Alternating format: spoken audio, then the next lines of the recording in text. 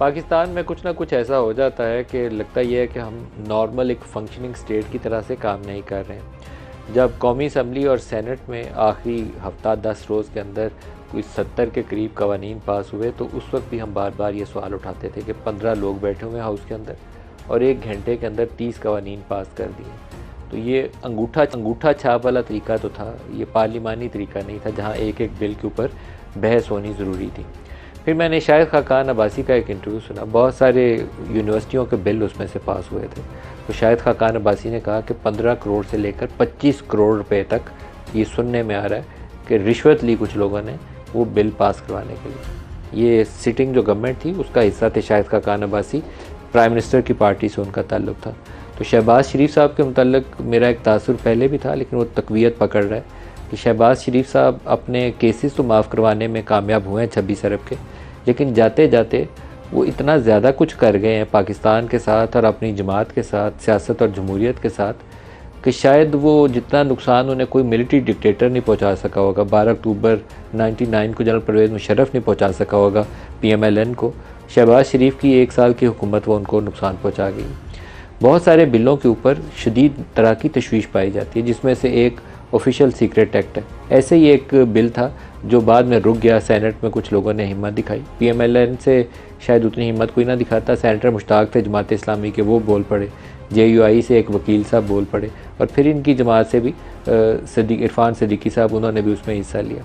Violent extremism के ख़िलाफ़ एक बिल था। तो ये बाज़ चीज़ें ऐसी थी कि जिसमें सीधा सीधा नज़र आ रहा था कि आप इंतहा पे जा रहे हैं किसी चेक एंड बैलेंस के मुखालिफ और फंडामेंटल राइट्स की खिलाफ वर्जी करते हुए।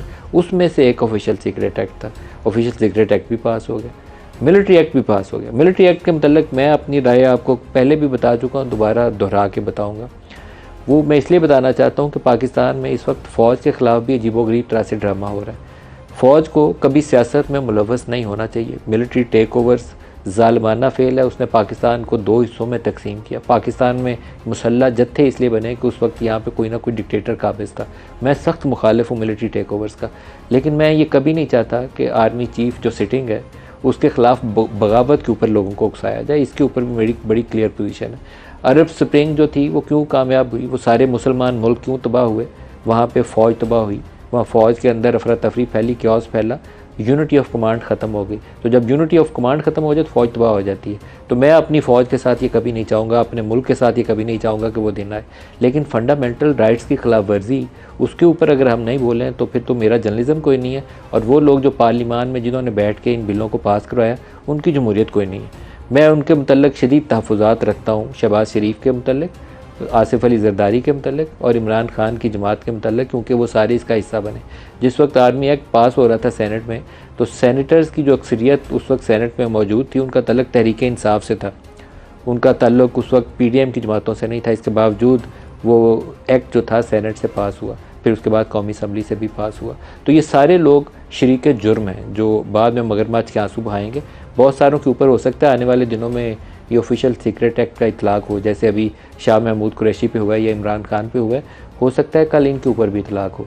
कल जब इमरान खान इनको पकड़ पकड़ के जेलों में डाल के, तो वो कहता था कि AC उतरवा दो, पंखा उतरवा दो, ये चोर और डाकू हैं, तो उस वक्त भी समझाते थे कि ये बातें मत करो, कुछ चीज़ें जो है वो एक ख़ास डिकोरम के अंदर रहते हुए सिविलाइज तरीके से आप करें तो ठीक लगती हैं।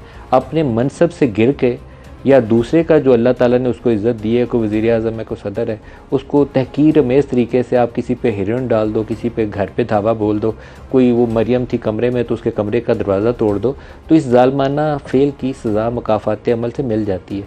आज मैं एक पुलिस की रिपोर्ट पढ़ रहा हूँ, अटक जेल के अंदर इमरान के सेल के सामने CCTV कैमरा लगाया गया, उसकी ओपन टॉयलेट है और 2-2.5 फुट ऊंची उसके ऊपर इर्द गिर्द उसके दीवार है, ओपन टॉयलेट है और उसकी जगह भी नाकाफ़ी है। इस सूरत हाल में आप एक फॉर्मर प्राइम मिनिस्टर को रखते हैं। मैं इस पे अफसोस है मुझे, मैं इमरान खान की सियासत का हमायती नहीं हूँ जिसने पाकिस्तान में खल्फिशार को हवा दी और वो सेम पेज की सियासत के नतीजे में यहाँ तक आए थे। लेकिन तमाम बुराइयों के बावजूद, तमाम उसके सियासी मसाइल के बावजूद मैं उसके साथ इस सलूक की मज़म्मत करता हूँ। जैसे शहबाज शरीफ को अगर 10 बाई 10 के सेल में रखना, या शाहिद खाकान को वो कसूरी चक्की कहते थे कि छोटा सा सेल है जिसमें सीधी टांगें भी नहीं होती, उसमें उसको बंद करना जुल्म था, उसी तरीके से इस फॉर्मर प्राइम मिनिस्टर को बंद करना भी ज़रूरी है। लेकिन बम इससे और ज़्यादा बड़ा फटा है। सदर आरिफ अलवी को दोनों बिल गए, बहुत सारे और बिलों की तरह ढेर सारे बिल थोक के हिसाब से अखीरी जा रहे थे। बिल मुख्तलिफ़ तारीख़ों में उनके पास गए और वो आखिरी तारीख तक उन बिलों के ऊपर बैठे रहे। मैंने उनसे उनकी ज़ुबानी या इन राइटिंग उनकी किसी ट्वीट के नतीजे में ये नहीं देख सका पहले कि उन्होंने आर्मी एक्ट के ऊपर या ऑफिशियल सीक्रेट एक्ट के ऊपर कोई इतराज़ात लगाए। लेकिन जिस वक्त शाह महमूद कुरैशी की गिरफ़्तारी हुई उसके बाद एक ट्वीट सामने आया जिसमें सदर साहब ने कहा कि मैं अल्लाह को हाजिर नाजिर जानकर कहता हूँ कि मैंने इनके ऊपर दस्तखत नहीं किए, और मैंने अपने स्टाफ को कहा था कि इनको बग़ैर दस्तखत के वापस कर दें, और वो कर सकते हैं बाई लॉ। ये नहीं है कि वो जो चीज़ कह रहे हैं वो लॉ के अंदर प्रोवाइडेड नहीं है, वो वापस कर सकते हैं। लेकिन वो कहते हैं मेरे स्टाफ ने ऐसा नहीं किया। आज उन्होंने अपने सेक्रेटरी की तब्दीली के हवाले से भी लिखा, और फिर आखिरी लाइन के अंदर उन्होंने माफ़ी मांगी है उन लोगों से कि जिनको इस एक्ट के नतीजे में, आई थिंक कि प्रेसिडेंट साहब एज्यूम कर रहे हैं कि एक्ट बन चुका है, जिनको इस एक्ट के नतीजे में सज़ा मिलेगी या उनके साथ ज़्यादती होगी। अब ये बड़ा इंटरेस्टिंग ट्विस्ट है। सदर साहब उस लॉ को पहले दिन भी वापस कर सकते थे और उन 10 रोज़ के अंदर किसी भी वक्त वापस कर सकते थे। अगर उन्होंने वापस करने को कहा है तो उसका कोई प्रोसीजर होगा, कोई डायरी नंबर डला होगा, कोई मीटिंग के मिनट्स होंगे। और अब भी मैं उनकी बात को अहमियत दूंगा, हेड ऑफ़ स्टेट है, उनके सिग्नेचर के साथ सारा कुछ होता है। किसी सज़ाए मौत के मुजरिम को सज़ा की माफ़ी मिलनी होना तो पाकिस्तान में सिर्फ एक बंदा माफ़ करता है उसको, वो सदर पाकिस्तान है, वो दस्तखत करता है, माफ़ी मिल जाती है। प्रेसिडेंशियल पार्डन जो है किसी सज़ा की माफ़ी की। तो मैं अभी भी सदर के इस दिए हुए बयान को, जो उसने अल्लाह को हाजिर नाजिर अंडर ओथ स्टेटमेंट दी है, वो कहते हैं कि मैंने इसके ऊपर दस्तखत नहीं किए, तो फिर वो लॉ कैसे बना?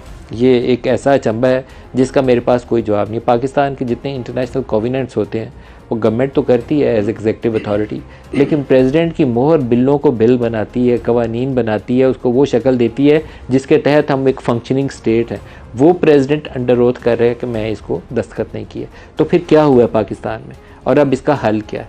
एक तो बज़ाहिर तासुर ये है कि वो चीफ़ जस्टिस को ख़ुद लिख सकते हैं, ख़त लिख सकते हैं और उसके अंदर पूरी कहानी बता सकते हैं, अपने स्टाफ के ख़िलाफ़ इंक्वायरी के लिए FIA से रजू कर सकते हैं, और प्रेसिडेंट साहब 186 आर्टिकल के तहत एक रेफरेंस बनाकर वो भी सुप्रीम कोर्ट ऑफ पाकिस्तान को भेज सकते हैं। और मुख्तलिफ़ सियासी जमातें भी फंडामेंटल राइट्स की बुनियाद पे भी और सदर आरिफ अलवी के इस बयान की बुनियाद पे भी सुप्रीम कोर्ट जा सकती हैं, जहाँ हो सकता है फिर उनका ओथ या उनकी टेस्टमनी जो है इस चीज़ को एक ख़त्मी शक्ल दे। लेकिन हम एक ऐसे क्योस में आ गए हैं, right in the middle of that तूफ़ान, जिसके अंदर बाहर कैसे निकलना ये वाज़ेह नहीं है। तो अल्लाह पाक से रहम मांगना चाहिए कि पाकिस्तान के हालात बेहतर हो। मैंने एक बुज़ुर्ग हैं उनसे यही बात कही तो उन्होंने कहा कि क्या तौबा कर लिया पाकिस्तानी कौम ने कि अल्लाह ताला रहम करना शुरू कर दे। मैं एकदम खामोश हो गया। तो उन्होंने कहा कि ये जो पीरों के घरों में, ये मैं लफ्ज़ हैं, वो बुज़ुर्ग शख्सियत है, वो कहते हैं पीरों के घरों में जो बच्चियों की इज़्ज़त लूटी जा रही है, उनके साथ जुल्म हो रहा है, जो जजों के घरों में बच्चियों के साथ जुल्म हो रहा है, तो उसकी क्या माफ़ी मांग ली है इस कौम ने? मेरे पास उसका जवाब में कोई अल्फाज नहीं थे, इसलिए मैं खामोश रहा हूँ। अपने मेहमानों से पूछेंगे कि क्या हम माफ़ी तलब करने के भी काबिल ये कौम है या नहीं रहेगी। ये है तो एक बहुत ही तकलीफ़देह मुकाम है कि वो शख्स जिसको उस इलाके के लोग पीर का दर्जा देते हैं, उसके घर में किसी की बहू बेटियों की इज़्ज़त लूटी जाए और उसको मार दिया जाए, और वो जज जिसने इंसाफ करना उसके घर किसी की बेटी को मार दिया जाए। आज जो हमारे साथ प्रोग्राम में शुरका हसन रज़ा पाशा साहब हैं, मारूफ मारे कानून है, इसके अलावा आबिद शेर अली साहब PMLN से, पलवशा खान पीपल्स पार्टी से हमारे साथ है। सबको खुशामदीद कहता हूँ। हसन रज़ा साहब, आप इस कज़िए पे थोड़ी सी रोशनी डालिए। मेरी तो समझ से बालता रही, सदर साहब के ट्वीट ने बम फोड़ा है, बम जी। ये अब किसकी क्या हैसियत, क्या है ये, क्या हुआ और क्या हैसियत है इसकी? सदर साहब का ट्वीट 3 हिस्सों पे मुश्तमिल है। पहला है एक अल्लाह को हाजिर नाज़र जान के कहते हैं कि मैंने दस्तखत नहीं किए। उस पार्ट की हद तक ठीक है, उन्होंने दस्तखत नहीं किए। अगला जो पार्ट है वो ये है कि मुझे आज पता चला कि ये कानून बन चुके हैं। इस पे मेरी रिजर्वेशन है कि आज यानी आफ्टर 24 आवर्स आपको उसके बाद पता चला, जबकि आपका मीडिया सेल मौजूद है,